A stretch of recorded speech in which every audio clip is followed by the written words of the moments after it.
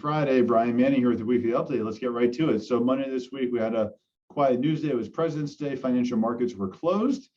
Tuesday this week, we got a report from Case-Shiller. So Case-Shiller gives us feedback on the housing market on a month-over-month and year-over-year basis. So for the month of December, housing market had appreciated at 0.9%, which is still insane and such a high number. And on a year-over-year basis, housing appreciation was up 18.8%. So just insane to see the continued appreciation that we've had. The question is, will it continue into this year?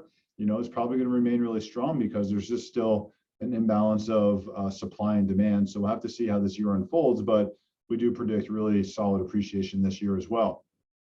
Thursday this week, just unfortunately a rather sad day. You have the invasion of Russia into Ukraine.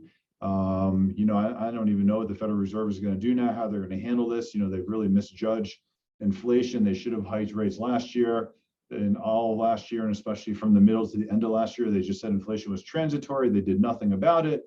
And then here we are with extremely hot inflation. Now you got turmoil in the financial markets. So, I don't know how they're going to manage their moves there, but they really have put themselves into a tough position by lack of any Fed rate hikes last year. So we'll have to wait and see. Today, the big, market movers are, you have Russia coming out and say they're willing to talk with Ukraine. But if you look at the details, Russia's basically saying, hey, well, we're willing to talk with you if you put your guns down, and then you just want to listen to what we want. So, had a little bit of a movement in the market at first, but when you really look at the details, not as impactful as one would hope it could be. And then today we also get the PCE. So PCE is personal consumption expenditure. This is actually the Federal Reserve's favorite gauge of inflation. We don't really think it is because it doesn't include costs for out-of-pocket medical expenses and out-of-pocket housing expenses, but PCE for the month of January, the core rate, so this strips out volatile items such as food costs and energy costs.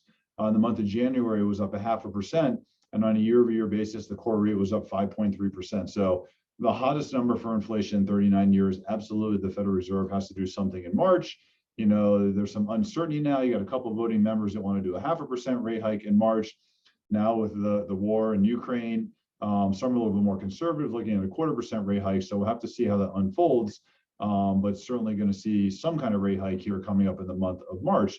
Our feeling as well is that, probably next month we see we're going to probably hit peak inflation. So, next month it'll be interesting to see what the reading is. And if you get peak inflation, you get some Fed rate hikes, what that's going to do to help calm things down remains unknown, but that's kind of what we're predicting to see.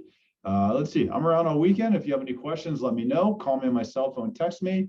If you want to go through our strategic buyer consultation, reach out to me. If you want to learn about our pre-commitment process and how we can close your purchase transaction in 18 days, give me a call. I'd love to help you any way I can. Happy Friday. Have a great day.